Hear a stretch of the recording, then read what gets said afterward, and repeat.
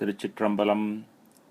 பூழியர்கோன் வெப்பொழித்த புகழியர்கோன் கடல் போற்றி, ஆழிமிசை கல்முதப்பில் அணைந்த பிரான் அடி போற்றி, வாழி திரு நாவலூர் வன்றொண்டர் பதம் போற்றி, ஊழிமலி திருவாத உரர் திருத்தாள் போற்றி, தொல்லை இரும்பிறவிச் சூழும் தலை நீக்கி அல்லல் அறுத்து ஆனந்தமாக்கியதே, எல்லை மறுவா நெறி அளிக்கும் வாதவுரெங்கோன் திருவாசகம் என்னும் தேன். இன்னைக்கு நம்ம திருவாசகத்தில் ஒரு பகுதியான அருட்பத்து அப்படிங்கிற பகுதியை பார்க்க போகிறோம்.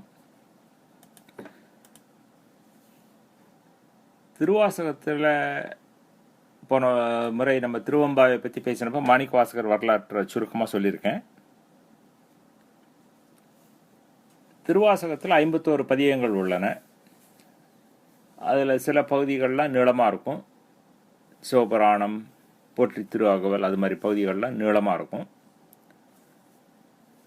சில பகுதிகள் 100 பாட்டு, 50 பாட்டு, 20 பாட்டு அப்படியெல்லாம் இருக்கும். சில பகுதிகள் 10 பாட்டு இருக்கும். சில இடங்களில் 10 பாட்டை விட ஒரு பாட்டு 2 பாட்டு கூடவோ குறைச்சலாவோ இருக்கலாம். அதனால் இந்த திருவாசகத்தில் இருக்கிற பகுதிகள்லாம் அது ஒவ்வொன்றுக்கும் ஒரு பேர் உண்டு. அந்த பகுதிக்கு, பதிகத்துக்கு, இல்லை அந்த அருட்பத்து, அச்சப்பத்து, திருக்கழுக்குன்ற பதிகம், சிவபுராணம் அப்படிலாம் ஒவ்வொரு பகுதிக்கும் ஒவ்வொரு பேர் உண்டு. நம்ம தேவாரத்தில் பார்த்தோம்னாக்க பொதுவாக பதியங்களுக்கு ஸ்தலத்தை வச்சு தான் சொல்கிற பல வழிய பேருன்னு தனியாக இருக்காது பதியங்களுக்கு. சில பதியங்களுக்கு சிறப்பு பெயர் உண்டு. இப்போ கோளறு பதிகம் அது மாதிரிலாம் சில பதியங்களுக்கு சிறப்பு பெயர் உண்டு. ஆனால் பொதுவாக பதியங்களுக்கு தனியாக பெயர் எதுவும் இருக்காது. ஆனால் திருவாசகத்தில் ஒவ்வொரு பகுதிக்கும் ஒரு தலைப்பு கொடுத்துருக்கா. அது அவர் கொடுத்ததா அப்படின்னு சொல்ல முடியாது. பிற்காலத்தில் வந்தவாளும் கொடுத்துருக்கக்கூடும். அதில் இன்னைக்கு நம்ம பார்க்க போகிறது அருட்பத்து அப்படிங்கிற பதிகம். இது திருவாசகத்தில் 29வது பதிகமாக இருக்குது. திருவாசகத்தில் ஒவ்வொரு பதிகத்துக்கும் உரைகளில் பார்த்தேன்னாக்க தத்துவ குறிப்புகள்லாம் கொடுத்துருப்பேன். அதனால் இந்த பதிகத்துக்கு, அருட்பத்துங்கிற பதிகத்துக்கு மகாமாயா சுத்தி அப்படின்னு ஒரு தத்துவ விளக்கத்தை உரையில் கொடுக்குறேன். நம்ம இன்னைக்கு பார்க்க இந்த பாடல்கள்லாம் பார்க்குறப்போ நம்ம பொதுவாக ஒரு அடிப்படை அர்த்தத்தை தெரிஞ்சுக்குவோம். திருவாசகத்தை படிக்க படிக்க கேட்க கேட்க நமக்கு மனசு உருகும். நமக்கு அதில் பல பொருள்கள் நமக்கு நம்மளால் உணர முடியும். அதனால் பல காலத்துக்கு திருவாசகத்துக்கு உரை எழுதாமையே இருந்தார். மீனாட்சி சுந்தரம் பிள்ளைகள்கிட்ட கூட ஒருத்தர் கேட்டிருந்தார், ஒரு அன்பர், திருவாசகத்துக்கு உரை எழுதித்தாங்க அப்படின்னு. அப்போ மீனாட்சி சுந்தரம் பிள்ளை அதுக்கு பண்ண மாட்டேன் அப்படின்னு மறுத்துட்டார். அதனால் இதெல்லாம் கேட்டு உணரணும், அவ்வா உணரணும்னு விட்டுட்டா. ஆனால் நம்மளை மாதிரி இப்போ இன்றைய காலகட்டத்தில் கேட்டு உணர்ந்தோம்னாக்க எவ்வளோ தூரம் நமக்கு கேட்போம், எவ்வளோ தூரம் உணர்வோம் தெரியாது. அதனால் ஒரு வார்த்தைகளுக்கு ஒரு அடிப்படை அர்த்தத்தையாக நம்ம தெரிஞ்சுக்குவோம். அப்புறம் நம்ம கேட்க கேட்க நமக்கு மேலே உணர முடியும் அப்படின்னு எனக்கு ஒரு தோணித்து. அதனால் இன்னைக்கு அருட்பத்து பார்க்க போகிறோம்.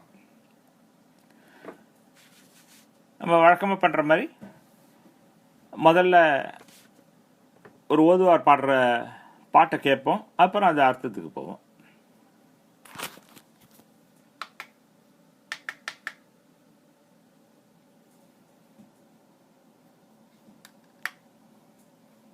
திருச்சிற்றம்பலம். அருள் திருச்சிற்றம்பலம். அருள் பத்து. சோதியே சுடரே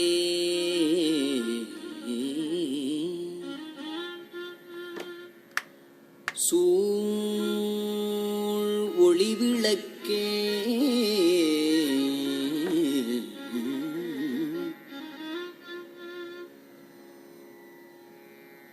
சோதியே சுடரே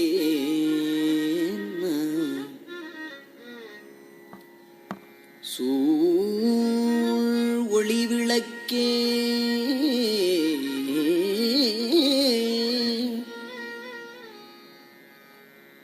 சுரிகுழற்பனை முலை மடந்தை பாதியே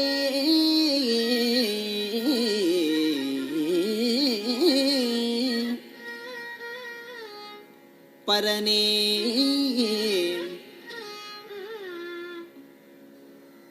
பால்குள் வெண்ணீற்ற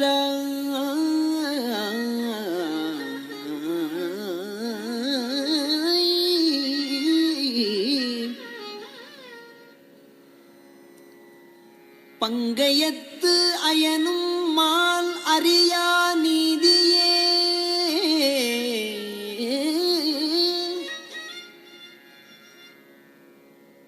செல்வத்திருப்பெருந்துறையில்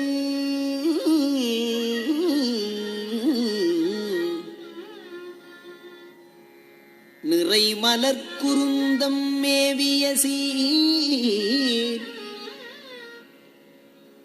ஆதியே அடியேன் ஆதரித்து அழைத்தால் அதந்துவே என்று அருளாயே.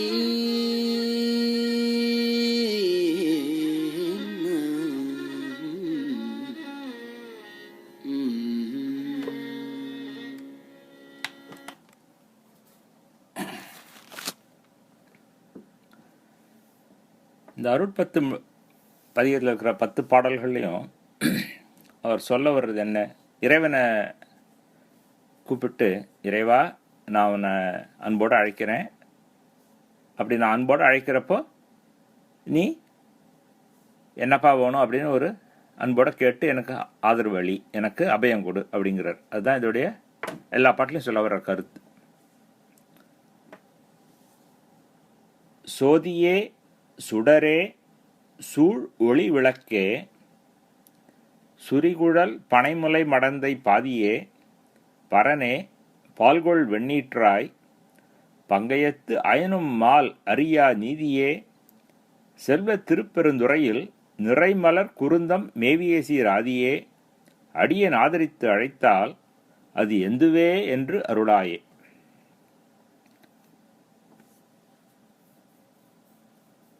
இந்த முதல்ல 3 அடிகள் எல்லாம் இறைவனை கூப்பிடுறது, விழித்தல் அப்படிமா தமிழில். இறைவன்கிட்ட நேரடியாக அட்ரஸ் பண்ணுறார், சுவாமியே அப்படின்னு கூப்பிட்றார் சுவாமிகிட்ட.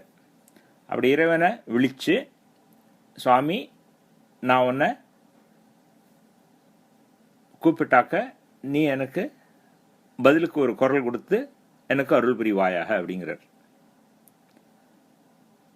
சோதியே சுடரே சூழ் ஒளி விளக்கே, இது 3 வெளிச்சத்தை ஒளியை குறிக்கிற வார்த்தைகள். சோதி அப்படிங்கிறது ஜோதி, சுடர் அப்படிங்கிறது அதுவும் நெருப்பு தான், சூழ் ஒளி விளக்குங்கிறது நெருப்பு தான். எதற்காக இந்த 3 வார்த்தைகளை உபயோகிச்சிருக்கார் அப்படின்னு விளக்கத்தில் தத்துவ விளக்கம் நிறைய சொல்லுவார். ஜோதிங்கிறது பரஞ்சோதி, எல்லை இல்லாதது, இறைவனுடைய இயல்பு, அது ஜோதி ஸ்வரூபம். அப்புறம் சுடர் அப்படிங்கிறது அதை விட கொஞ்சம் சின்ன அளவு, சூரியன் சந்திரன் இவற்றையெல்லாம் சுடர் அப்படின்னு சொல்லுவார். அப்புறம் விளக்கு அப்படிங்கிறது அதுலாம் அதை விட இன்னும் சின்ன அளவு, நம்ம ஏற்றுற விளக்கு மாதிரி. அதனால் எல்லாத்துலேயும் அவன் தான் இருக்கான். ஆனால் அது 3 நிலை, ஜோதியாக இருக்கிற ஒரு நிலை, சுடர்களாக இருக்கிற ஒரு நிலை, விளக்காக இருக்கிற ஒரு நிலை அப்படின்னு சொல்லி அப்படியெல்லாம் இருக்கிற சிவபெருமானே அப்படின்னு கூப்பிடுறார். சூழ் ஒளி விளக்கு அப்படின்னாக்கா ஒளி சூழ் விளக்குன்னு எடுத்துக்கலாம். ஒளியால் சூழப்பட்ட இல்லை ஒளியை அப்படி ஒளியால் சூழப்பட்ட விளக்கு. அந்த விளக்குலேருந்து கொஞ்சம் தூரம் போனாக்க இருட்டு வந்துடும். ஆனால் சூரிய சந்திரன்னாக்க நிறைய தூரத்துக்கு வெளிச்சம் வரும். ஜோதிங்கிறது எல்லை இல்லாத பிரகாசமாக இருக்கிறது, அப்படி இல்லை பொருள் கொள்ளணும். அப்படி எல்லாமாக இருக்கிற சிவருமானே சுரி குழல் பனை முலை மடந்தை பாதியே. இது அர்த்தநாரீஸ்வரனே அப்படிங்கிறார். மடந்தை அப்படின்னா பெண், மடந்தை பாதியே அப்படின்னா உமாதேவியில் ஒரு பாதியை தன் உருவமாக உடையவனே அப்படின்னு, தன் உருவத்தில் ஒரு பாதியாக உமாதேவியை உடையவனே அப்படிங்கிறது அந்த மடந்தை பாதியே. அப்புறம் அந்த சுரிகுழல் பனைமுலை ரெண்டும் அந்த உமாதேவிக்கு வர்ணனைகள், அட்ஜெக்டிவ்ஸ் ஆகுதெல்லாம். குழல் அப்படின்னா பெண்களுக்கு தலையில் இருக்கிற கூந்தலுக்கு குழல் அப்படின்னு பேரு. சுரிதல் அப்படின்னாக்கா அது சுருண்டுகிறது. இந்த உமாதேவியார் சுருண்ட கூந்தலை உடையவர் அப்படின்னு வர்ணிக்கிறாருங்க. சுரிகுழல் பனைமுலை, பனைனா பெருசு, முலைனா ஸ்தனம். அதனால சுருண்ட கூந்தலையும் பெரிய ஸ்தனங்களையும் உடைய உமாதேவியை ஒரு பாதியாக உடையவனே அப்படின்னு அதில் அர்த்தநாரீஸ்வர கோலத்தை வர்ணிக்கிறார். பரனே, பரன் அப்படின்னா எல்லாவற்றுக்கும் மேலானவன், பரம்பொருள், பரமம் அப்படின்னா மேலானது. பரன் அப்படின்னா எல்லாவற்றிலும் மேலானவன், எல்லா தேவர்களுக்கும் மேலான தேவனவன். பரனே பால்கொள் வெண்ணீற்றாய். பால் நமக்கு தெரியும், பால்கொள் அப்படின்னாக்கா பால் போல அப்படின்னு அர்த்தம். பால் போல வெண்ணிறமுடைய திருநீற்றை பூசியவனே, பால்கொள் வெண்ணீற்றாய். பங்கயத்து அயனும் மால் அறியா நீதியே. நீதினாக்க நமக்கு பொதுவாக இன்னைக்கு இன்றைய பேச்சு வழக்கில் நீதினாக்க ஜஸ்டிஸ் அப்படிங்கிற அளவில் தான் நம்ம புரிஞ்சுட்டு இருப்போம்.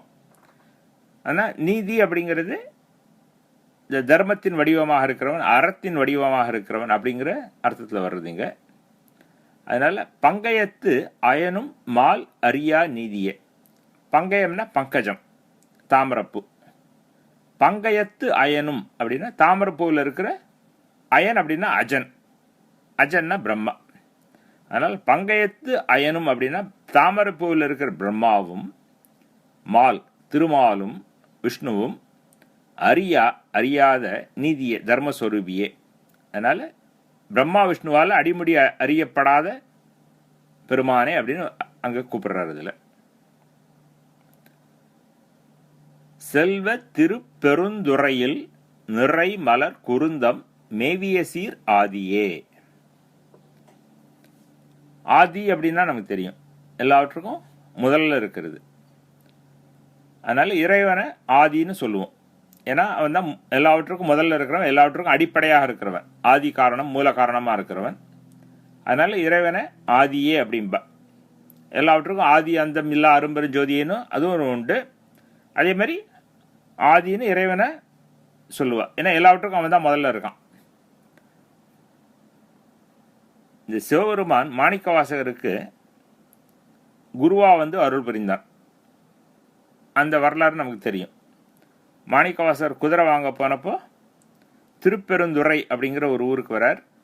அந்த ஊரில் ஒரு குருந்தம்னு ஒரு மரம், அந்த குருந்த மரத்தின் அடியில் ஒரு குரு உட்காந்துட்டு இருக்கார். அவரை சுற்றி பல சீடர்கள் இருக்கா, அவர்களுக்கெல்லாம் அவர் ஞானோபதேசம் பண்ணிட்டு இருக்கார். அப்போ இந்த வாதவூரருங்கிற பாண்டிய ராஜாவுக்கு அமைச்சராக குதிரை வாங்க போயிட்டு இருந்த வாதவூரர் அங்கே நின்று அதை கேட்கிறார். அவரால் ஈர்க்கப்பட்டு அவரால் ஆட்கொள்ளப்பட்டு அவருக்கு சிஷ்யர் ஆயிடுறார். அப்படி குருவா சிவபெருமான், இவர் சிஷ்யர் ஆயிடுறார். இவருக்கு அருள் பெற்ற பின் இவருக்கு அவர் கொடுத்த பேர் மாணிக்கவாசகர். அதனால இந்த இடத்துல சொல்ல வர்றது செல்வ திருப்பெருந்துறையில், செல்வமுடைய. செல்வம்னாக்க பொதுவாக இன்னைக்கு செல்வம்னா பொருள், பணம் அப்படிங்கிறதுல தான் இருக்கும். யாருக்கு நிறைய பணம் இருக்கு அவர்கிட்ட செல்வம் இருக்கு அப்படிங்கிறோம். ஆனால் செல்வம்னாக்க அருள் செல்வம். அதனால அருட்செல்வம் நிறைந்த திருப்பெருந்துறை அப்படிங்கிற ஸ்தலத்தில் நிறை மலர் குருந்தம், அந்த ஒரு குருந்த மரம் இருந்து அந்த குருந்த மரத்தில் நிறைய பூக்கள் பூத்து குலுங்கி கொண்டிருந்தன. நிறை மலர் அப்படின்னா நிறைந்த மலர்கள் உடைய, மலர்களால் நிறைந்த குருந்த மரத்தில் அடியில் இருந்த சீர் ஆதியே, பெருமையுடைய புகழுடைய ஆதியே அப்படின்னு அந்த குருவா வந்ததை இங்க சிறப்பிச்சு சொல்றார். தனக்கு குருவா வந்தார்லே சிவபெருமான் அதை இங்க சொல்றார். திருப்பெருந்துறை அப்படிங்கிறது பார்க்க வேண்டிய ஸ்தலங்களில் ஒரு ஸ்தலம். அது தமிழ்நாட்டில் அறந்தாங்கிக்கு பக்கத்தில் இருக்கு. புதுக்கோட்டை திருச்சிராப்பள்ளியிலேருந்து ஒரு 110-120 கிலோமீட்டர் தூரத்தில் இருக்கு. திருச்சிராப்பள்ளியிலேருந்து புதுக்கோட்டை வழியாக அறந்தாங்கி போய் அதை தாண்டி போனாக்க திருப்பெருந்துறை வரும். அதுக்கு இன்னைக்கு ஆவுடையார் கோவில் அப்படின்னு பேர். அந்த கோவில் ஒரு அற்புதமான கோவில், பெரிய கோவில், அற்புதமான சிற்ப வேலைப்பாடுகள் நிறைந்த கோவில், விசேஷங்கள் நிறைந்த கோவில். அந்த கோவிலில் மூலஸ்தானத்தில் சிவலிங்க பானம் இல்லை, அங்கே வெறும் ஆவுடை மட்டும்தான் இருக்கும். ஆவுடைனா அந்த பானத்தை சுற்றி இருக்கிற பகுதி.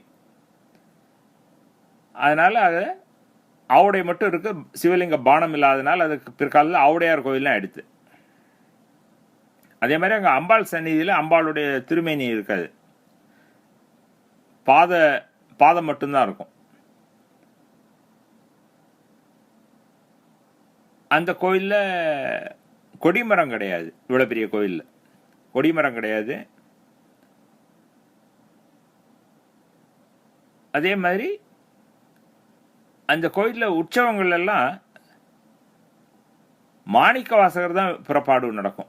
சுவாமி வர்றது போல மாணிக்க வாசகர் ரிஷப வாகனத்தில் ஏறி புறப்பாடு உண்டு. அப்படி ரொம்ப பல விசேஷங்கள் நிறைந்த கோயில் அது. அப்படிப்பட்ட இந்த செல்வ திருப்பெருந்துறையில் நிறைமலர் குருந்தத்தின் அடியில் இருந்த புகழுடைய ஆதியே, அடியேன் ஆதரித்து அழைத்தால். ஆதரிக்கிறது அப்படின்னாக்க இன்னைக்கு நமக்கு 2 விதத்தில் தான் தெரியும் ஆதரிக்கிறதுனா என்னென்னு.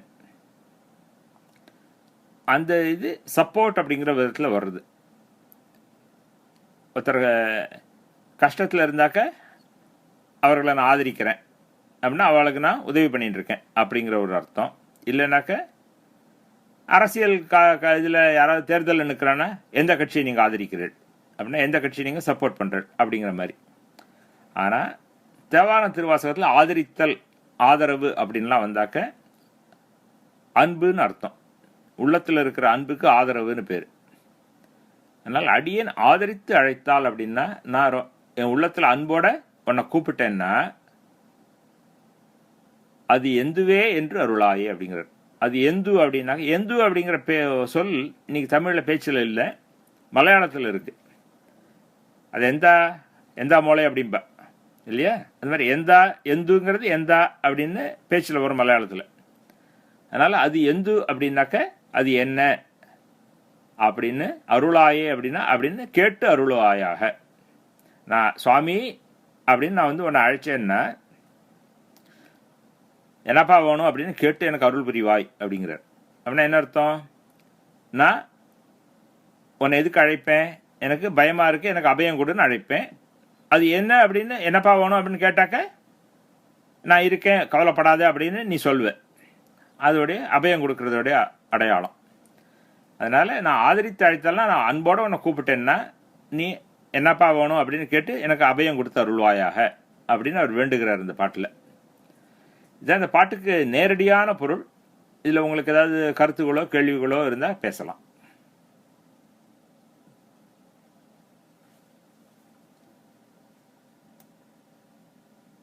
இது இல்லையா?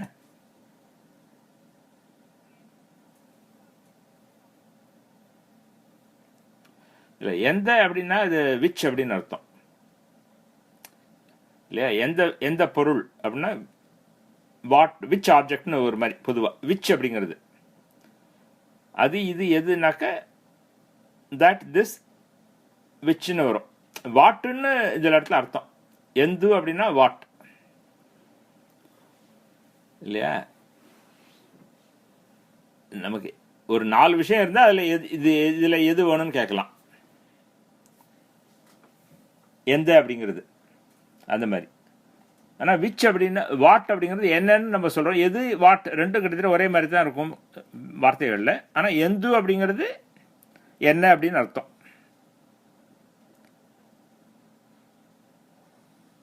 அதான் இது வந்து இதுக்கு விளக்கத்தில் இதுக்கு ஆராய்ச்சி பண்ணுறேன். இது என்ன எந்து அப்படிங்கிறது திசைச்சொல் அப்படின்பா. திசைச்சொல் அப்படின்னாக்க தமிழில் சொற்களை பல விதமாக சொல்லுவா. வட சொல், திசைச்சொல் அப்படின்லாம். இந்த மாதிரி இது ஒரு பிரதேசத்தில் வழங்குகிற சொல். இது வட்டார வழக்குன்னு நம்ம சொல்லுவோம் ஒரு விதத்தில். அது மாதிரி திசைச்சொல்னா ஒரு குறிப்பிட்ட பகுதியில் பேசப்படுகிற ஒரு வார்த்தை அது. அதனால் அது எந்த வேணா அது என்ன அப்படின்னு கேட்கணும்.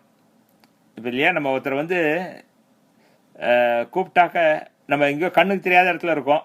யாரோ ஒருத்தர் கூப்பிட்டா நம்ம என்ன சொல்கிறோம்? இதோ வரேன், இல்லை என்ன வேணும் அப்படின்லாம் அதை கேட்குறோம் இல்லையா. அது மாதிரி பதில் சொன்னால் நம்ம இருக்கோம் அப்படின்னு நமக்கு ஒரு அடையாளம்.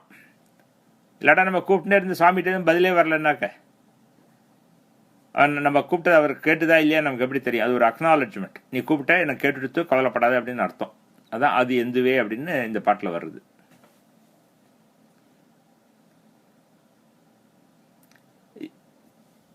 இது மாதிரி இந்த எனக்கு அபயம் கொடு அப்படின்னு கேட்கறது எல்லாரோடைய பாட்டுகள்லையும் வரும் அப்பப்போ. உதாரணமாக இப்போ நம்ம தேவார பாட்டுகள்லாம் பார்த்துட்டு இருக்கோம். அந்த தேவார பாட்டுகள்லையும் திருஞான சம்பந்தரோ, திருநாவுக்கரசரோ, சுந்தரரோ பாடின பாட்டுகள்லையும் சில பதிகங்களில் அவர்கள் இறைவா என்னை எனக்கு அஞ்சேல்னு எனக்கு அருள் புரி அப்படிம்ப. உங்களுக்கு ஒரு உதாரணத்துக்காக ஒரு 3 பாட்டு சொல்கிறேன். திருஞான சம்பந்தர் மதுரைக்கு போயிருந்தப்போ அவர் ஒரு மடத்தில் தங்கியிருப்பார். அப்போ மதுரையில் சமணர்கள் ஆதிக்கம் இருக்கும். இவரை ஒழிச்சு விட்டணும் அப்படின்னு சமணர்கள்லாம் மந்திரத்தால் தீ மூட்ட பாப்பா இருந்த மடத்துக்கு. மந்திரத்தினால தீ மூட்ட முடியாமல் போனதுனால அவர்கள் 4 பேரோ 2 பேரோ 8 பேரோ யாரோ வந்து அந்த வேறெல்லாம் ராத்திரி தூங்கிட்டு இருக்கப்போ அந்த மடத்துக்கு தீ வைப்பா. இறைவனோரால் அடியார்கள்லாம் உயிர் தப்பிடுவா. அப்புறமா சம்பந்தர் இது சமணர்கள் இப்படி செஞ்சிருக்கா, இதுக்கு இந்த ராஜா தான் பொறுப்பு அப்படின்னு இந்த சமணர்கள் இங்கே வச்ச நெருப்பானது ராஜாவை போய் பற்றிக்கட்டும் அப்படின்னு ஒரு பதிகம் பாடுவார். அந்த பதிகத்தில் சொல்லுவார் இவர், செய்யனே திரு ஆலவாய் மேவிய ஐயனே அஞ்சல் என்று அருள் செய் எனை, பொய்யராம் அமணர் கொழுவுஞ்சுடர் பையவே சென்று பாண்டியர்க்கு ஆகவே.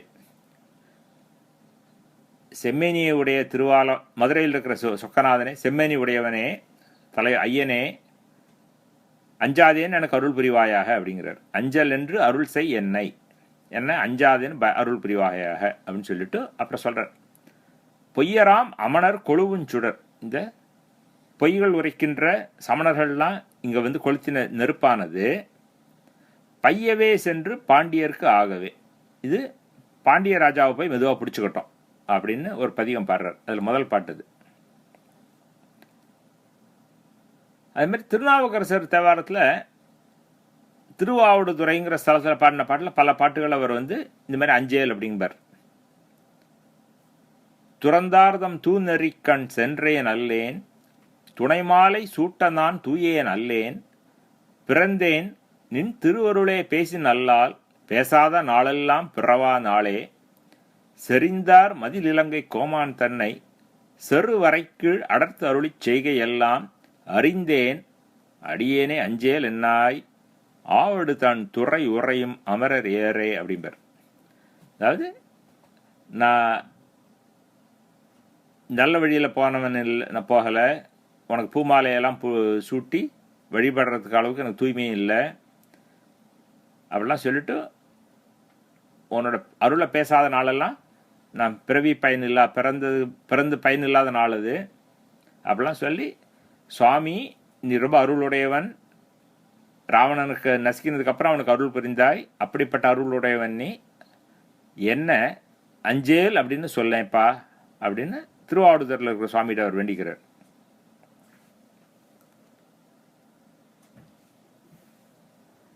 அதே மாதிரி சுந்தர தேவாரத்துலேயும் ஒரு பதிகத்தில் அவர் இது மாதிரி அஞ்சேல்னு வேண்டுவார். அஞ்சல்னு என்ன சொல்லு அப்படின்னு. அது திருக்கற்குடி அப்படின்னு ஒரு ஸ்தலம், திருச்சிராப்பள்ளிக்கு பக்கத்தில் உய்யக்கொண்டான் மலை அப்படின்னு இருக்குது. திருச்சிராப்பள்ளியிலேருந்து வயலூர் போகிற வழியில் ஒரு 5 கிலோமீட்டரில் இருக்குது. அங்கே சொன்ன பதிகத்தில் சொல்வார் சுந்தரர், விடையாரும் கொடியாய் வெறியார் மலர் கொன்றையினாய், படையார் வெண்மழுவா பரமாய பரம்பரனே கடியார் பூம்பொழில் சூழ் திரு கற்குடி மன்னி நின்ற அடிகேள் எம்பெருமான் அடியேனையும் அஞ்சல் என்னே.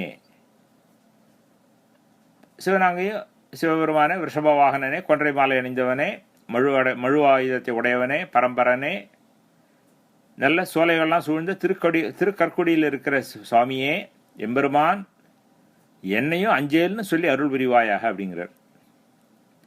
அதனால இந்த அஞ்சல்னு நமக்கு இந்த பிறவிப்பிணி வினைகள்லேருந்து தப்பிக்கணும் அப்படின்னா நமக்கு பயமாக இருக்கும். இந்த பயத்தை போக்குபவன் இறைவன். அவன்கிட்ட போய் பயப்படாதுன்னு அவன் சொல்லுவான், நம்ம போய் வேண்டின்றாக்க. அப்படி அஞ்சேல்னு வேண்டுகிற பதியங்கள் தேவாரத்துலையும் உண்டு. அது மாதிரி இந்த பதியத்தில் அருட்பத்தில் அவர் சொல்கிறது அதுதான். அது எந்துவே சுவாமி, நான் அவனை கூப்பிட்டேன்னா அது எந்துவேன்னு கேளு அப்படின்னு என்ன அர்த்தம்? பயப்படாத நான் இருக்கேன் அப்படின்னு சொல்லணும். அதுதான் அது கூட அர்த்தம். இப்போ இந்த பதிகத்தோட 2ஆம் பாட்டு பார்ப்போம்.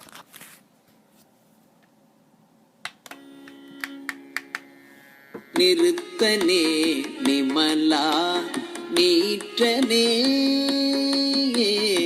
நெற்றிக் கண்ணனே விண்ணுளோர் பீரானே ஒருத்தனே உன்னை ஓலமிட்டு அலறி உலகெல்லாம் தேடியும் காணே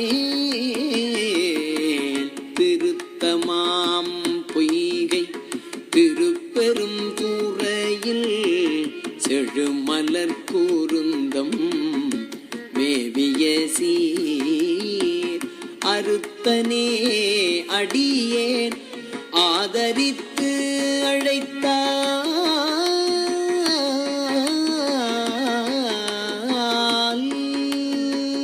அறுத்தனே அடியேன் ஆதரித்து அழைத்தால் அதந்துவே என்று அருளாயே.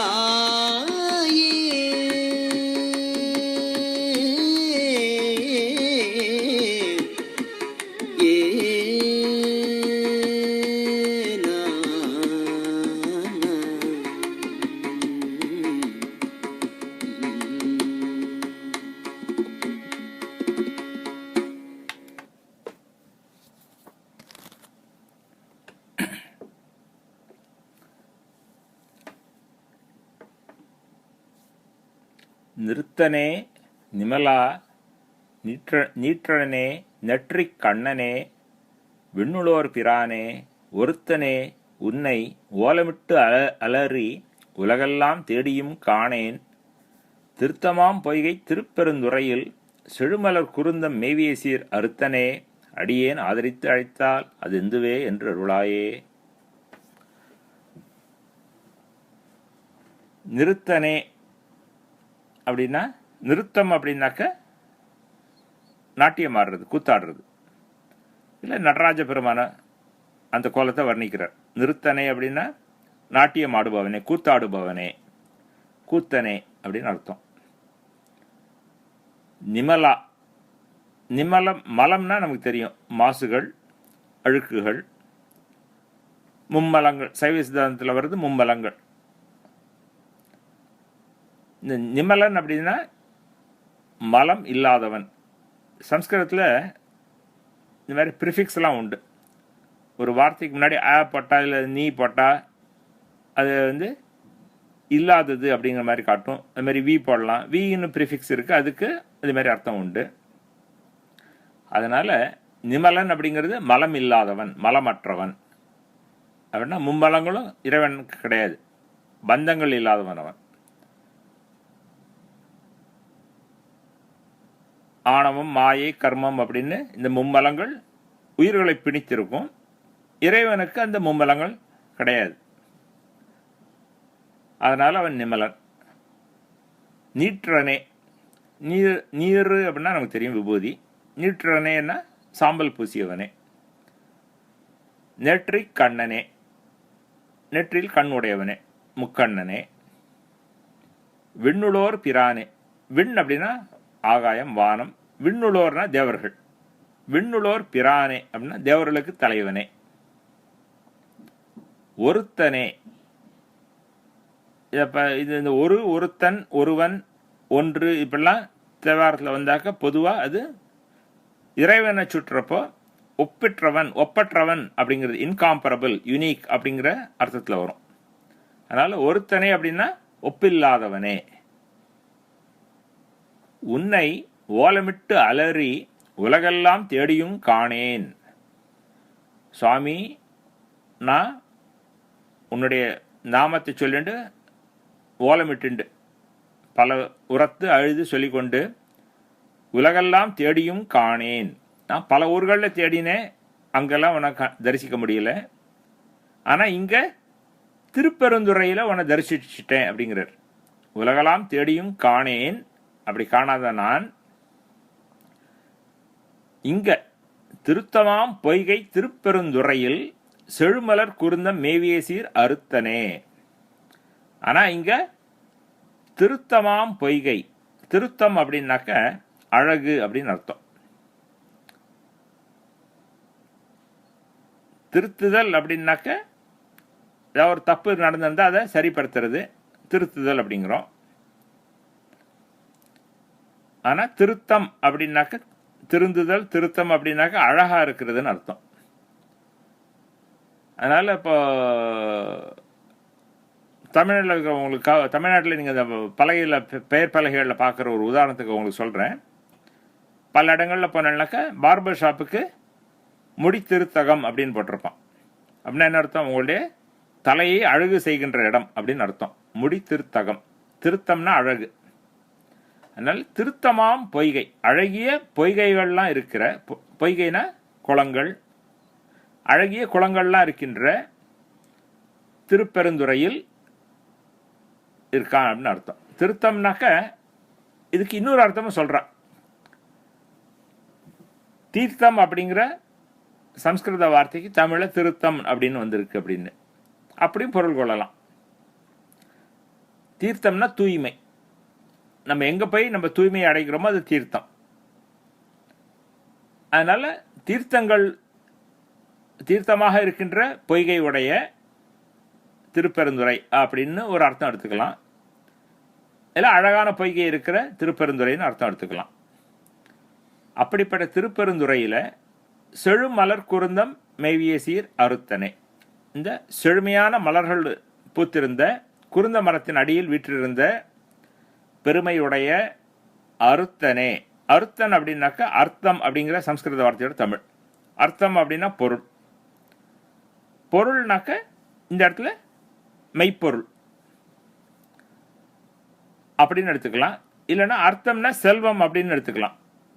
அப்படி செல்வம்னு எடுத்துனாக்க செல்வனே அப்படின்னு உரையில கொடுக்குறான். அதனால அந்த குருந்த மரத்தின் அடியில் வீற்றிருந்த மெய்ப்பொருளே, குருந்த மரத்தின் அடியில் வீற்றிருந்த செல்வனே, அடியேன் ஆதரித்து அழைத்தால், நான் உன்னை அன்போட கூப்பிட்டாக்க அது எந்துவே என்று அருளாயே. என்னப்பா ஒன்றுன்னு கேட்டு எனக்கு அபயம் கொடுத்து அருள் புரிவாயாக அப்படின்னு இந்த பாட்டுக்கு நேரடியான பொருள். இதில் அவர் இறைவனுடைய தன்மைகள்லாம் சொல்றார். நிறுத்தன் அப்படின்னா கூத்தாடுபவன், அழகிலா கூத்துடையவன் நடராஜ பெருமான். அவன் கூத்தினால்தான் இந்த உலகம் நிகழ்ந்து கொண்டிருக்கிறது. நிமலன், அவன் மலம் இல்லாதவன். நமக்கு மும்மலங்கள் உள்ளன, நம்மளுடைய மும்மலங்களும் போகணும்னாக்க அவனுடைய அருள் வேணும். அதாவது இந்த இதில் சொல்லுவா, நமக்கு ஒன்று வேணும் அப்படின்னாக்க அது யாருக்கிட்ட இருக்கோ அவள்கிட்ட தான் போய் அதை பெற முடியும். இப்போ நமக்கு ஒருத்தருக்கு பணம் வேணும்னு வச்சுக்குவோம்.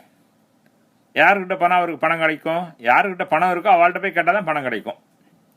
அது மாதிரி நமக்கு இன்பம் வேணும் அப்படின்னா யாருக்கிட்ட இன்பம் இருக்கோ, யார் இன்பமயமாக இருக்கானோ அவன்கிட்ட பண்ணால் தான் நமக்கு இன்பம் கிடைக்கும். அது மாதிரி நமக்கு மலங்கள்லாம் இருக்கின்றன, இந்த மலங்கள்லாம் போகணும். யார் நம்மளுடைய மலங்களை போக்குபவன்?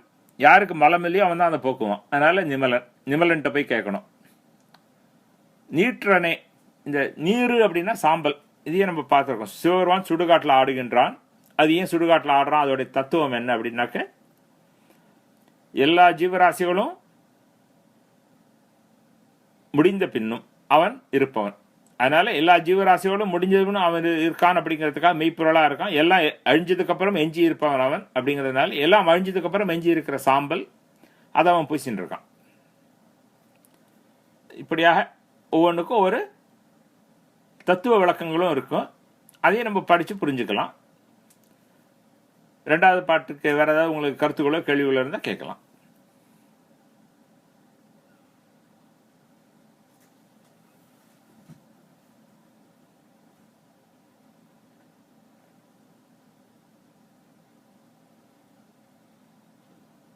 ஆமாம் ஆமாம் ஆமாம் ஆமாம் நிமலன் அப்படிங்கிற வார்த்தை கடவுளுக்கு சொல்கிறப்போ ஒரே அர்த்தம்தான். அது கந்த சஷ்டி கலசத்தில் முருகனுக்கு சொன்னாலும் சரி, தேவார திருவாசகத்தில் சிவருமனுக்கு சொன்னாலும் நிமலன் விமலன் அப்படிங்கிறதெல்லாம் இந்த மலமில்லாதவன் அப்படின்னு அந்த இறைவனுடைய மலமில்லாத தன்மையை குறிக்கின்ற சொல். நீற்றனே அப்படிங்கிறது அடுத்த ஃப்ரேஸ். அதாவது இந்த முதல் அடியில் இந்த பாட்டில் நிறுத்தனே அப்படிங்கிறது ஒரு பேர், கூப்பிட்றார். கூத்த பெருமானே, நிமலனே அப்படின்னு கூப்பிடுறார். அப்புறமா நீற்றனேனா விபூதி பூசியவனே அப்படின்னு கூப்பிடுறார். ஆமாம் ஆமாம்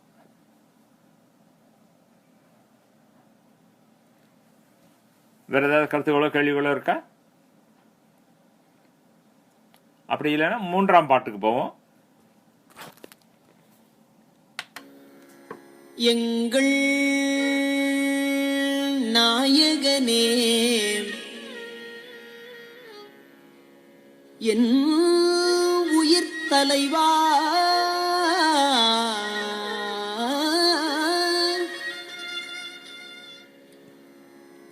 ஏலவார் குழலிமார் இருவர் தங்கள் நாயகனே தக்க நற்காமன் தனது உடல் தழல் எழ விழித்த செங்கண் நாயகனே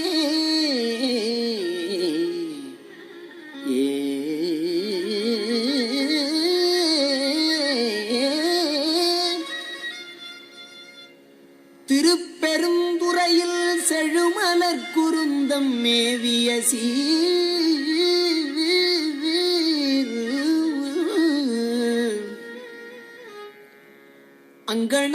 அங்கனாடியேன் ஆதரித்து அழைத்தால்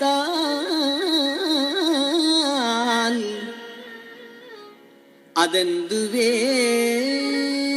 என்று அருளாயே.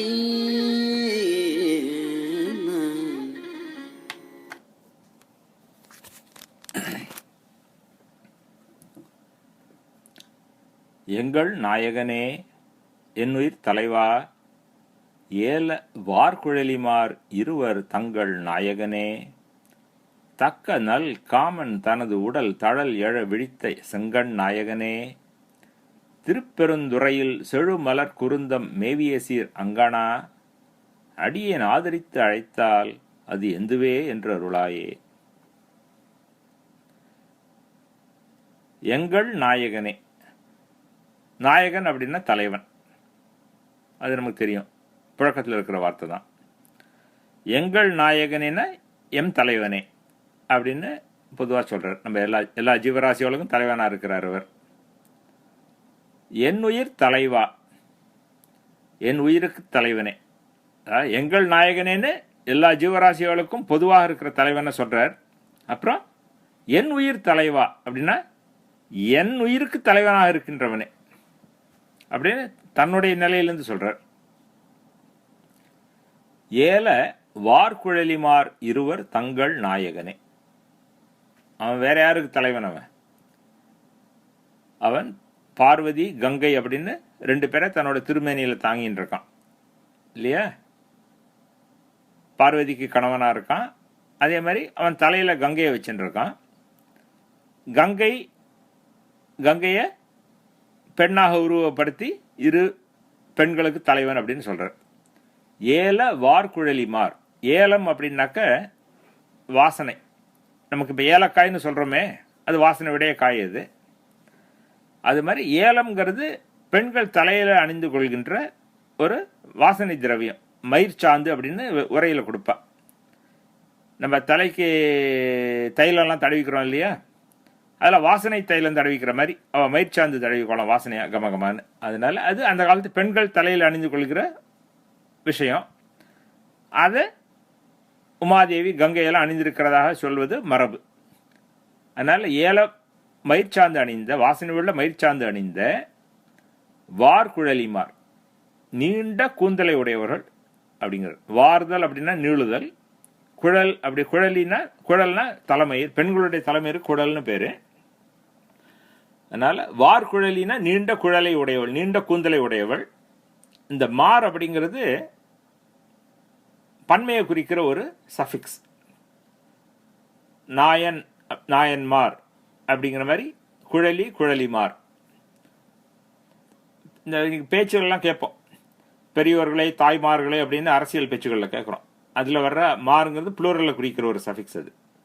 அதனால வார்குழலிமார் இருவர், அதாவது நீண்ட, இந்த உமாதேவி கங்காதேவி இவா 2 பேரையும் குறிக்கிற ஃப்ரேஸ் அது.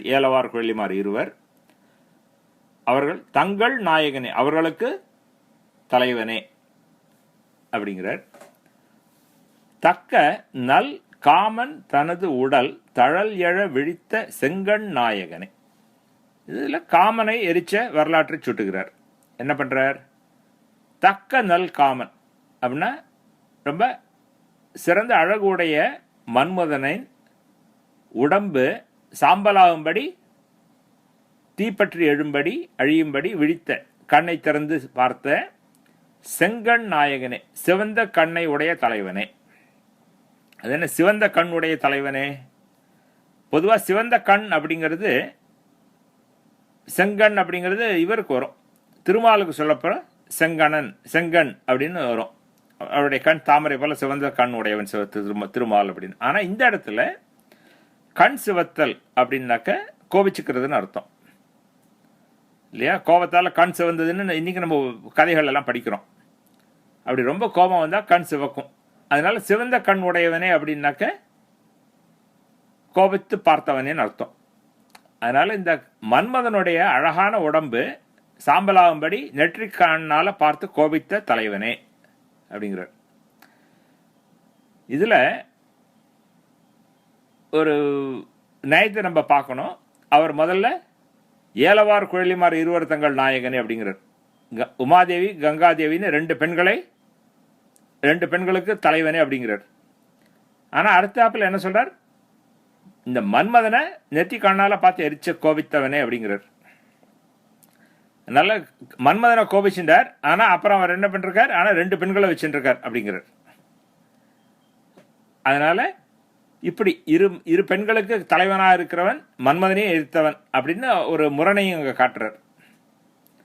அப்படிப்பட்ட சிவருமான் திருப்பெருந்துறையில் செழுமலர் குருந்தம் மேவிய சீர் அங்கனா, அந்த திருப்பெருந்துறையில செழுமையான பூக்கள் நிறைந்த குருந்த மரத்தின் அடியில் வீற்றிருந்த பெருமையுடைய அங்கனா அப்படிங்கிறார். அங்கணன் அப்படின்னா கண் அப்படிங்கிறதுல வந்து அங்கணன். அப்படின்னா அழகு, கண்ணா கண்ணு தெரியும், அழகிய கண்ணை உடையவன் அப்படின்னு என்ன அர்த்தம்? கண்ணுக்கு அழகு கண்ணோட்டம் அப்படின்பா. கண்ணோட்டம்னாக்க அருள் நோக்கு உடையவன் அப்படின்னு அர்த்தம். கண்ணுக்கு அழகு அருளோடு பார்த்தல். அதனால அருளோடு பார்க்கின்ற கண்ணை உடையவன் அங்கணன், அது சிவபெருமான். அங்க மன்மதனை கோபிச்சு பார்த்தார் கண்ணால. ஆனா அடுத்த அடியில் என்ன சொல்றார்? அருளோடு பார்க்கும் கண்ணை உடையவனே அப்படிங்கிறார். அப்படியாக அருட்கண் உடைய சிவபெருமானே, உன்னை நான் அன்போடு அழைத்தால் அது எந்துவே என்று அருளாயே, என்னப்பான்னு கேட்டு எனக்கு அருள் புரிவாயாக அப்படிங்கிறார். இதான் 3ஆம் பாட்டுக்கு நேரடியான பொருள். இல்ல ஏதாவது கேள்விகளோ கருத்துக்களோ இருக்கா?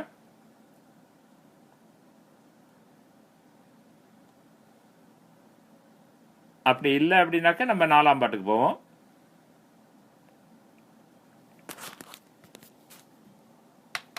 கமல நான் முகனும் கார்முகில் நிறத்து கண்ணனும் நண்ணுதற்கு அரிய விமலனே எமக்கு வெளிப்படாய் என்ன வியந்தழல் வெளிப்பட்ட எந்தாய் திமில நான் மறை சேர் திருப்பெரும் தூரையில் செழுமலர் கூருந்தம்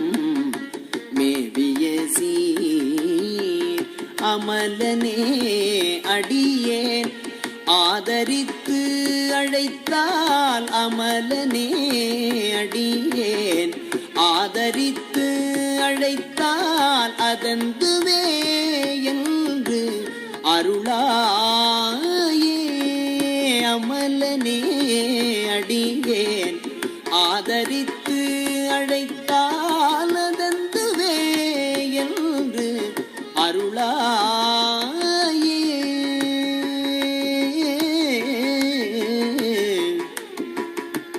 ஆனனா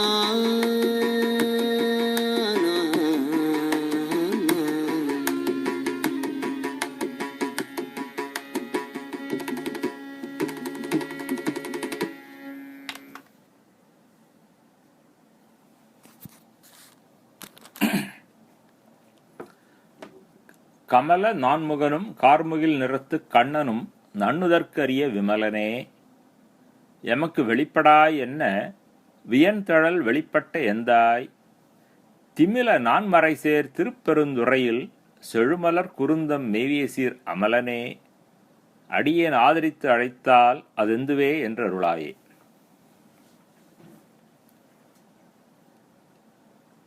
கமலம்னா தெரியும், தாமரைப்பூ. தாமரைப்பூவில் வீற்றிருக்கிறவர் பிரம்மா, நான்முகன் பிரம்மா.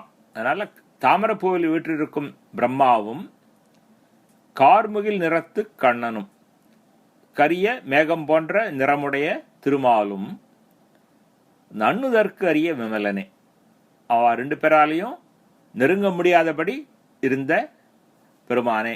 விமலன்னா முன்னாடி பார்த்தோம், அமலன் விமலன் நிமலன் இதெல்லாம் மலமில்லாதவன் அப்படிங்கிற அர்த்தத்தில் வர்ற வார்த்தைகள். அதனால இந்த பிரம்மாவாலையும் விஷ்ணுவாலையும் நெருங்க முடியாதபடி ஜோதியாக நின்ற பெருமானே அப்படின்னு இந்த ஃப்ரேஸுக்கு அர்த்தம். கமல நான்முகனும் கார்முகில் நிறத்து கண்ணனும் நன்னுதற்கு அரிய விமலனே. நன்னுதல் அப்படின்னா நெருங்குதல், கிட்டக்க போறது, அடைதல். எமக்கு வெளிப்படாய் என்ன வியன்தழல் வெளிப்பட்ட எந்தாய். இதுக்கு எங்களுக்கு காட்சி கொடுப்பாய், எங்களுக்கு அருள் புரியாய், காட்சி கொடுத்து அருள் புரி அப்படின்னு வேண்டின்றப்போ வியன்தழல் வெளிப்பட்ட எந்தாய் அப்படின்னா பெரிய ஜோதி உருவத்தில் வெளிப்பட்ட எந்தாய் அப்படிங்கிற. எந்தாய்னா எம் தந்தையேன்னு அர்த்தம். வியன் அப்படின்னா பெரிய, அதுதான் வியன் உலகம் அப்படின்னு சில பாட்டுகள்ல வரும். வியன் அப்படின்னா அகலமானது, பெருசா இருக்கிறதுன்னு அர்த்தம். வியன் தழல் வெளிப்பட்ட எந்தாய், இந்த பெரிய ஜோதியிலிருந்து வெளிப்பட்ட எந்தாய் பெருமானே அப்படிங்கிறார். திமில நான்மறைசே திருப்பெருந்துறையில். திமிலம் அப்படின்னாக்க பெரிய ஒலி அப்படின்னு அர்த்தம்.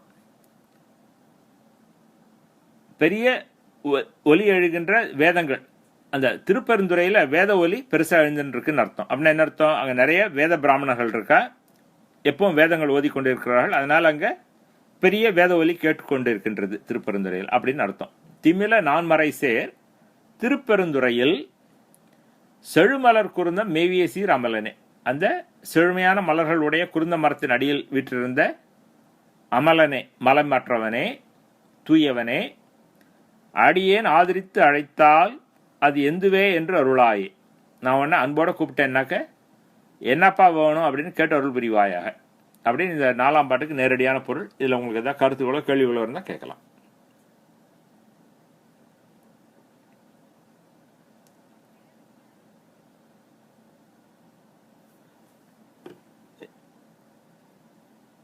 ஆமாம், வியன் அப்படின்னா அகலம் அப்படின்னு அர்த்தம்.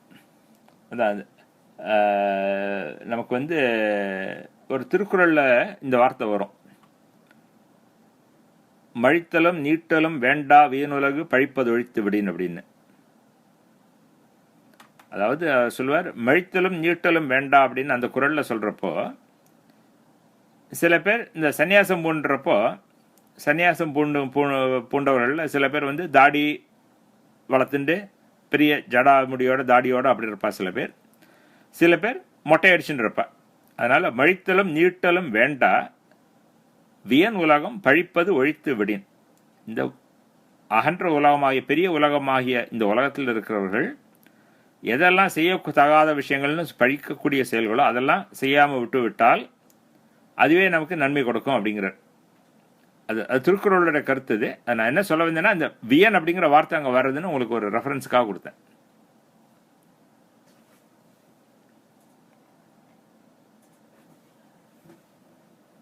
திமிலம் அப்படின்னாக்க பேரொலி அப்படின்னு உரையில் அகராதியெல்லாம் சொல்கிறேன். நம்ம பேசுகிறப்போ இந்த அமளிதுமளி அப்படிம்போம், பெரிய சத்தங்க கலைபரம் நடக்கிறது, கலாட்டா நடக்கிறதுன்னு அமளிதுமளியாக இருக்குது அப்படிம்போம். அது மாதிரி ஒரு கிட்டத்தட்ட அது மாதிரி அர்த்தத்தில் வருது திமிலம் அப்படின்னா. திமிலம்னாக்க பெரிய சத்தம் அப்படின்னு அர்த்தம். அதனால திமில நான்மறை சேர் அப்படின்னாக்க இதில் இந்த நான்மறையின் திமிலம் சேர் திருப்பெருந்துறை அப்படின்னு பொருள் கொள்ளலாம். அதாவது சில சமயங்களில் செய்யுள்களில் வார்த்தைகளில் முன்ன பின்ன அமைச்சு பொருள் கொள்ளலாம். ஏன்னா அவள் பாடுறப்போ அந்த எதுகை மோனை அந்த ஒலி நயம் ஓசை அமைப்பு அதெல்லாம் பார்த்து அவள் வார்த்தைகளை பாட்டில் வைப்பா. அப்படி அமைக்கிறப்போ ஒரு சில சமயங்களில் வார்த்தைகளை ஒரு வார்த்தையை முன்னாடியோ பின்னாடியோ இடத்த மாற்றி நம்ம அர்த்தம் பண்ணிக்கணும். அப்படியும் இதில் பண்ணிக்கலாம். திமில நான்மறைனாக்க பேரொலி உடைய 4 வேதங்கள் அப்படின்னு எடுத்துக்கலாம். இல்லைன்னாக்க நான்மறை திமிலம் அப்படின்னு எடுத்துக்கலாம். அப்போ நான்மறை திமிலம்னு எடுத்துனோம்னாக்க 4 வேதங்களின் பெரிய ஒலி சேர்கின்ற திருப்பெருந்துறை அப்படின்னா அங்கே இருக்கிற வேத பிராமணர்கள் எப்பவும் வேதம் ஓதிண்டே இருக்கா, அதனால அங்கே எப்பவும் வேத ஒலி கேட்டுக்கொண்டே இருக்கிறது பெரிய அளவில் அப்படின்னு நம்ம பொருள் கொள்ளலாம். இது என்னுடைய கருத்து. உரையில் அவ சொல்றது பேரொலியை உடைய 4 வேதங்களும் பயில்கின்ற திருப்பெருந்துறை அப்படிங்கிற. அதே மாதிரி இதுல எமக்கு வெளிப்படாய் என்ன வியன்றாழல் வெளிப்பட்ட எந்தாய், இது யார் கேட்டது, எமக்கு வெளிப்படாயின்னு யார் கேட்டது அப்படின்னு ஒரு யோசிக்கலாம். இதுல பிரம்மா விஷ்ணு அடிமுடி தேடினா அவர்களால் அடைய முடியல. அப்புறம் அவர் 2 பேரும் இறைவனை அந்த ஜோதியை வணங்குறா. அப்போ ஜோதியிலேருந்து இறைவன் அவர்களுக்கு அருள் பெறுகிறான்.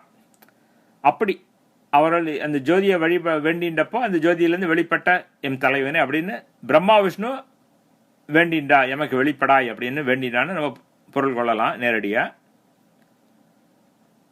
இல்லைன்னா அடியவர்கள் எமக்கு வெளிப்படாயின்னு கேட்டப்போ அவர் ஜோதி சுரூபமாக வெளிப்பட்டார் அப்படின்னு எடுத்துக்கலாம். ஏன்னா அவர் மாணிக்கவாசர் வரலாற்றை படிக்கிறப்போ அதில் தெரியும், அவர் அந்த குருவா வந்தவர். அப்புறமா பின்னாடி அந்த பொய்கையில் ஒரு ஜோதி வடிவமாக தோன்றுவார். ஜோதியாக தோன்றி அதுக்குள்ள மற்ற அடியவரெல்லாம் அதில் கலந்து சிவலோகம் சேர்வார்கள். அது மாணிக்கவாசர் வரலாற்றில் படிக்கிறப்ப தெரியும். அதனால அந்த அடியவர்கள் இறைவனை வேண்டிட்டு எனக்கு இறைவா எங்களுக்கு காட்சி கொடுப்பாயின்னு வேண்டினப்போ அவர் ஜோதி சுரூபமாக வந்தார் அப்படின்னு பொருள் கொள்ளலாம்.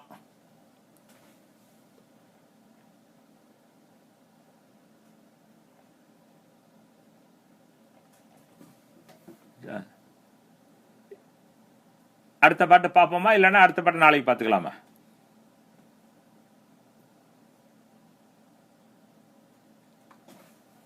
பார்க்கலாமா? அப்ப 5ஆம் பாட்டுக்கு போவோம். துடிகொள் நேரிடையாள் சுரிகுழல் மடந்தை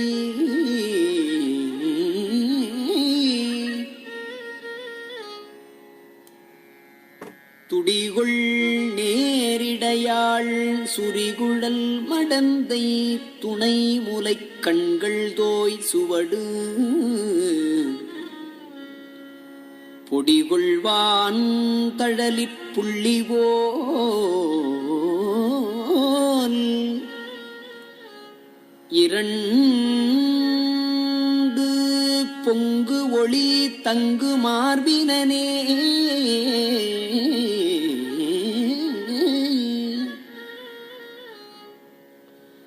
செடிகொள்வான் பொழில் சூழ் திருப்பெருந்துறையில் செழுமலர் குருந்தம் மேவிய சீர்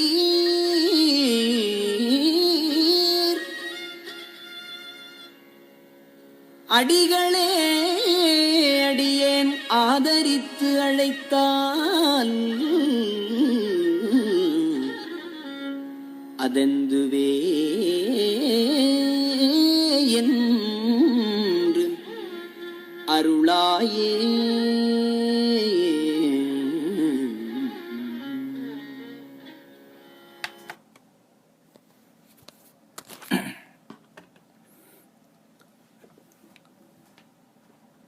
துடிகொள் நேர் இடையாள் சுரிகுழல் மடந்தை துணை முலைக்கண்கள் தோய் சுவடு பொடிகொள் வான்தழலில் புள்ளி போல் 2 பொங்கொழி தங்கு மார்பினனே அப்படின்னு இந்த முதல் 2 அடிகள் இருக்கே, அது முழுக்க ஒரு ஃப்ரேஸ். செடிகொள் வான்பொழில் சூழ் திருப்பெருந்துறையில் செழுமலர் குருந்தம் மேவிய சீர் அடிகளே அடியேன் ஆதரித்து அழைத்தால் அதெந்துவே என்றருளாயே. துடிகொள் நேர் இடையாள், இது உமாதேவிக்கு ஒரு அட்ஜெக்டிவ். இது என்னது? இது துடிகொள் நேர் இடையாள். துடி அப்படின்னாக்க உடுக்கை. அந்த உடுக்கையோடைய அமைப்பு எப்படி இருக்கும் நமக்கு தெரியும்.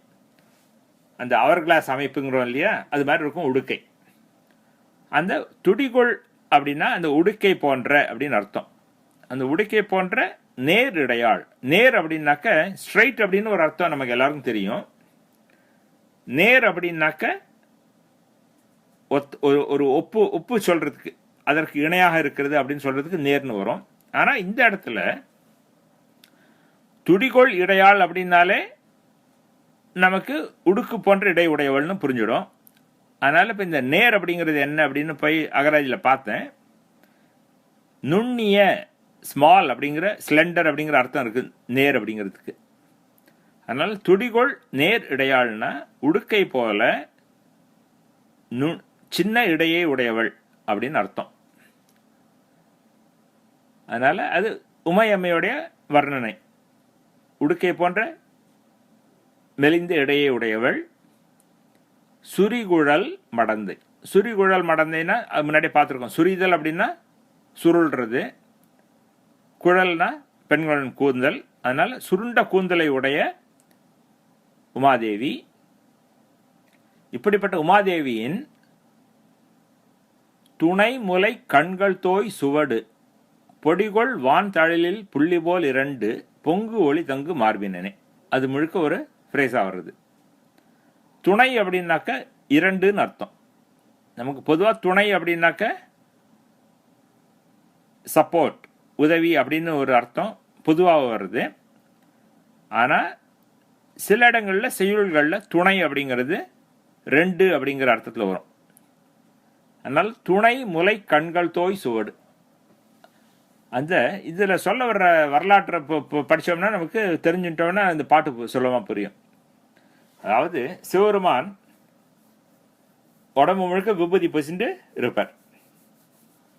அதனால அவருடைய உடம்ப சக்கச்செவல் இருப்பார் சிவபெருமான், மேலே விபூதி பூசிட்டு இருப்பார். அதனால அதை நீரு பூத்த நெருப்பு போன்ற மேனி அப்படின்னு ஓமையா சொல்லலாம். எப்படி ஒரு பெரிய நெருப்பு எரியிறப்போ, இது நம்ம விறகடுப்பெல்லாம் இது பண்ணப்போ நமக்கு நேரடியான அனுபவம் இருக்கும்.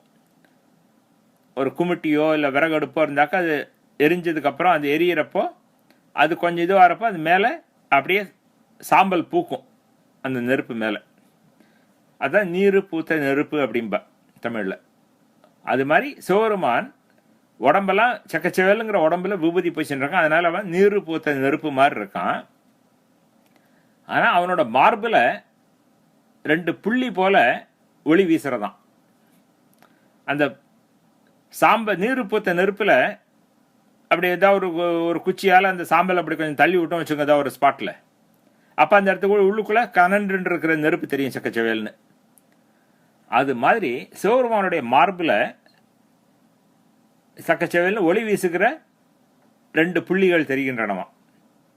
அது ஏன் அப்படின்னாக்க, அது உமாதேவியார் அவரை சிவபெருமானை கட்டின்றப்போ அவளுடைய முலைகள் பட்ட இடங்கள் அந்த 2 இடம் அப்படின்னு இந்த பாட்டில் சொல்றார். அது எங்க உமாதேவி அப்படி சிவபெருமானை கட்டின்றா அப்படின்னாக்க, நமக்கு இந்த காஞ்சிபுரத்தில் ஏகாம்பரேஸ்வரர் அந்த வரலாறுலாம் படித்தோம்னா நமக்கு தெரியும். அந்த வரலாற்றை படித்தோம்னாக்க அதில் வருவோம். உமாதேவி காஞ்சிபுரத்தில் கம்பையாத்தன் கரையில் மணலால் சிவலிங்கம் பண்ணி இறைவனை வழிபட்டு இருக்கா. அப்படி வழிபடுறப்போ சிவபெருமானுடைய லீலையினால அந்த கம்பையாத்துல வெள்ளம் பெருக்கெடுத்து வரும். அப்படி கம்பையாத்துல வெள்ளம் பெருக்கெடுத்து வரப்போ உமாதேவிக்கு பார்வதிக்கு, ஐயோ இந்த வெள்ளம் நம்ம சுவாமியை அழிச்சிடுமோ அப்படின்னு உடனே இருக்க அந்த சிவலிங்கத்தை கட்டிக்கிறான். அந்த வெள்ளம் வந்து அந்த லிங்கத்தை அழிச்சிடாமல் இருக்கிறதுக்காக. அப்போ அதுலேருந்து சிவபெருமான் வெளிப்பட்டு அவளுக்கு அருள் புரிகிறார். அதனால் அப்படி உமாதேவி தழுவி கொண்டப்போ உமாதேவியின் முலைகள் பட்டதுனால சிவபெருமானுடைய மார்பில் 2 இடத்துல வட்டமாக புள்ளி மாதிரி சாம்பல் விலகி அந்த இடத்துலேருந்து ஒளி வீசுறதான் அவரோட உடம்பு. அதுதான் இந்த ஃப்ரேஸுக்கு அர்த்தம். துணை முலை கண்கள் தோய் சுவடு. சுவடுனா தெரியும், அடையாளம். அந்த 2 முலைகளும் பட்ட சுவட்டினால பொடிகொள் வான் தழலில் இந்த சாம்பல் பூத்த பெரிய நெருப்பில் புள்ளி போல 2 புள்ளிகள் போல பொங்கு ஒளி தங்கு மார்பினனே, பொங்குகின்ற ஒளி தங்குகின்ற மார்பியுடையவனே அப்படிங்கிறார். அதான் இந்த ஃப்ரேஸுக்கு அர்த்தம். அடுத்தது நேரடியாக புரியக்கூடிய ஃப்ரேஸ். செடிகொள் வான் பொழில் சூழ் திருப்பெருந்துறையில் செழுமலர் குருந்த மேவிய சீர் அடிகளே. செடிகொள் வான் பொழில். செடி அப்படின்னா தெரியும், நம்ம செடி கொடிகள்ங்கிறோமே. செடினா புதர், செடி கொடிகள், அந்த மாதிரி செடிகள். அப்படி செடிகள்லாம் நிறைந்த வான் பொழில் சூழ் அப்படின்னா அழகிய பொழில், பெரிய சோலைன்னு அர்த்தம். வான்னா அழகு, பெருசு அப்படின்லாம் அர்த்தங்கள் உண்டு. அதனால் செடிகள் நிறைந்த பெரிய சோலைகள் சூழ்ந்த திருப்பெருந்துறையில் செழுமையான மலர்கள் பூத்திருக்கிற குருந்த மரத்தின் அடியில் வீற்றிருந்த அடிகளே. அடிகள் அப்படின்னா சுவாமின்னு அர்த்தம். அதனால தான் இன்றைக்கும் நம்ம இந்த மடாதிபதிகள் சன்னியாசிகள்லாம் சொல்கிறப்போ அடிகள் அப்படிங்கிற ஒரு ஃப்ரேஸ் தமிழில் இருக்குது. தமிழ்லையும் உண்டு, கன்னடத்துலையும் உண்டு. அதனால் அடிகள்ங்கிறது சுவாமின்னு அர்த்தம். அதனால் அந்த குருந்த மரத்தின் அடியில் வீற்றிருந்த பெருமையுடைய சுவாமியே, அடியேன் ஆதரித்து அழைத்தல். நான் ஒன்று அன்போடு அழைச்சேன்னாக்க என்னப்பா வேணும் அப்படின்னு கேட்டு எனக்கு அபயம் கொடுத்து அருள் புரிவாயாக அப்படின்னு இந்த பாட்டுக்கு நேரடியான அர்த்தம். உங்களுக்கு ஏதாவது கருத்துக்களோ கேள்விகளோ இருந்தால் பேசலாம்.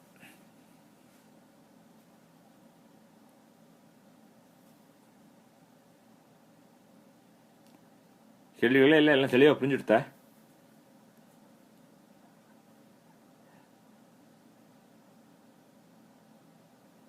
ஓகே, குட், நல்லது. நம்ம இன்னைக்கு இந்த அளவில் நிறைவு செஞ்சுக்குவோம். நாளைக்கு மீண்டும் சந்திப்போம். அப்போ இந்த பதிகத்தை, இந்த அருட்பத்தில் இருக்கிற மற்ற பாடல்களை பார்ப்போம். திருச்சிற்றம்பலம்.